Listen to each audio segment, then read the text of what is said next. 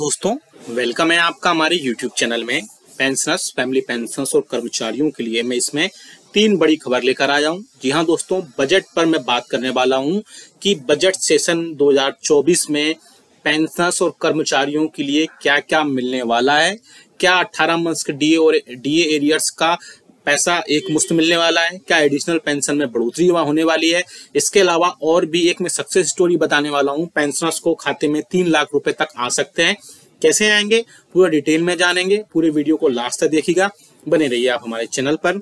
आपसे एक अपील करना चाहूंगा, अगर आपने हमारा चैनल अभी तक फ्री में सब्सक्राइब नहीं किया है तो चैनल को फ्री में सब्सक्राइब कर लीजिएगा। सब्सक्राइब के ब्लैक बटन को प्रेस करके साथ ही साथ आप हमारे वीडियोस की लेटेस्ट इन्फॉर्मेशन और लेटेस्ट अपडेट्स के लिए घंटे के निशान को यानी कि बेल आइकन को प्रेस करना बिल्कुल मत भूलेगा।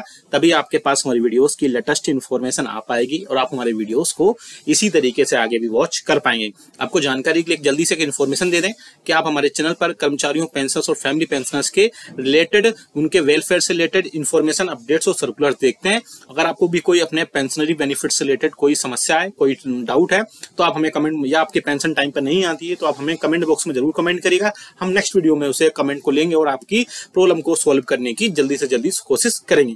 चलिए सीधा लेकर चलते हैं जो भी मेन मुद्दा उस पर। तो जी हां दोस्तों, बजट 2024 की डेट अनाउंसमेंट हो चुकी है।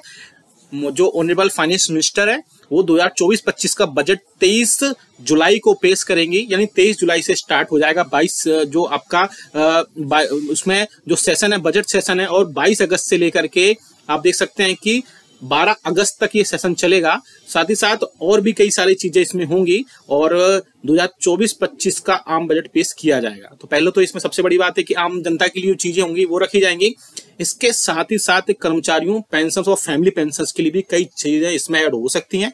हालांकि कर्मचारियों, पेंशनर्स और फैमिली पेंशनर्स की जो यूनियंस और फेडरेशंस है उन्होंने फाइनेंस मिनिस्ट्री को और भी कई जगह पर, एनसीजेसीएम ने भी कई जगह पर एक लेटर लिखा है और जिसमें बजट सेशन में उसको बात करने की कोशिश की है कि इन सब चीजों को भी बजट सेशन में शामिल किया जाना चाहिए। जैसे पहला बड़ा मुद्दा हमेशा रहा है 18 मंथ्स के डीए और डीआर के एरियर्स को लेकर के। आप सभी को पता है, प्रीवियस वीडियोस में भी मैं कई बार बता चुका हूं कि 18 मंथ्स के डीए और डीआर के एरियर्स जो है उसका एरियर्स आपको मिलना चाहिए। बहुत सारे पेंशनर्स ये बोलते हैं कि 18 मंथ्स का डीए और डीआर के एरियर्स गवर्नमेंट मना कर चुकी है, अब वो नहीं मिलेगा।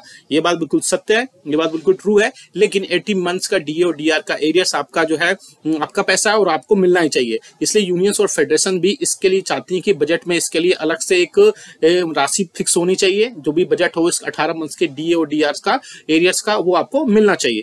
बात करते हैं दूसरी बड़ी रिक्वेस्ट की, जो कि आ रही है एडिशनल पेंशन को लेकर के। जी हाँ दोस्तों, अगर बजट सेशन में एडिशनल पेंशन का जो पैसा है वो एक मुश्त अगर वहां पर बजट में अलॉट हो जाता है तो उसकी अप्रूवल मिल जाती है तो आपको एडिशनल पेंशन 5, 10 और 15% मिल जाएगी। 5, 10 और 15% एडिशनल पेंशन का मतलब है कि आपकी 60 से 65 साल के बीच में आपको 5%, 65 से 70 साल के बीच में आपको फिर से 5% यानी 10%, 70 से 75 साल के बीच में फिर से 5% और 80 ईयर्स की एज पूरी करने के बाद आपको पता ही है कि आपको 20% आपकी बेसिक पेंशन में बढ़ोतरी 7वें वेतन आयोग के रिकमेंडेशन के हिसाब से ऑटोमेटिक हो जाती है। साथ ही साथ अगर आपके थोड़ी सी इन्फॉर्मेशन और ऐड कर दूं उसमें, आप 100 ईयर्स की एज पूरी कर लेते हैं तो आपको जो आपकी बेसिक पेंशन होती है उसकी डबल यानी कि पूरी पेंशन आपको वहां पर प्रोवाइड करा दी जाती है। हालांकि खैर ये बात को हम छोड़ते हैं, अभी बात करते हैं बजट सेशन की। तो बजट सेशन में ये 2 बड़े मुद्दे रहेंगे कर्मचारियों और पेंशनर्स के, जिसमें 18 मंथ्स का डीए और डीआर का एरियर्स होगा। साथ ही साथ एडिशनल पेंशन में बढ़ोतरी है, जितनी 5, 10 और 15% की बढ़ोतरी है उसके लिए क्या देखते हैं कि बहुत सारे यूनियंस और फेडरेशन ने सरकार को लेटर भी लिखा है और इसमें बोला है कि बजट सेशन में इनको शामिल किया जाए और बजट में इनकी राशि को वहां पर बजट अलॉटेड किया जाए।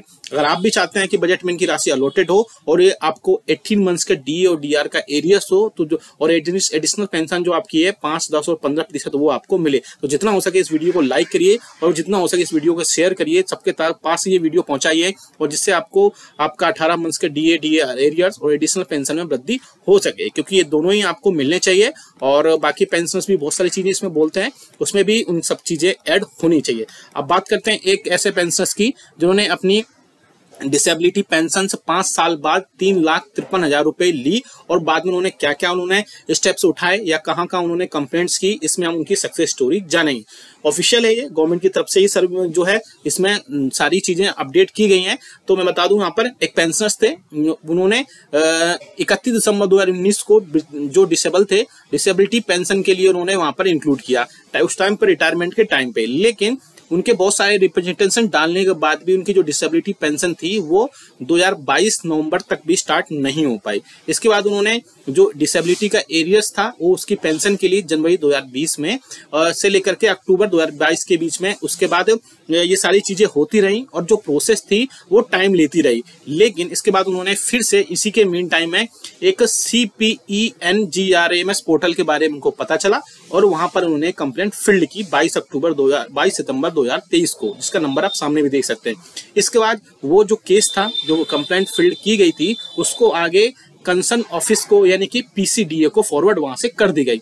इसके बाद उनके जो केस था उसको प्रोसेस किया गया और कॉम्पिटेंट अथॉरिटी के पास में वहां पर भेजा गया। इसी के मीन टाइम में जो केस था, जो वहां पर फाइल्ड कंप्लेंट की गई थी, वो सीनियर्स ऑफिसर्स की मीटिंग में यानी कि SOM की मीटिंग में DOPPW के पास पहुंचा, यानी department of pensioner pension welfare के जो सीनियर्स ऑफिसर्स की मीटिंग होती है, जिसे SOM भी बोलते हैं। वहां पर जो डायरेक्टरेट दिया गया, जो सेक्रेटरी पेंशन थे, उन्होंने बोला इस पर जल्द से जल्द काम करनी चाहिए। PCDO को उन्होंने जल्द से जल्द बोला।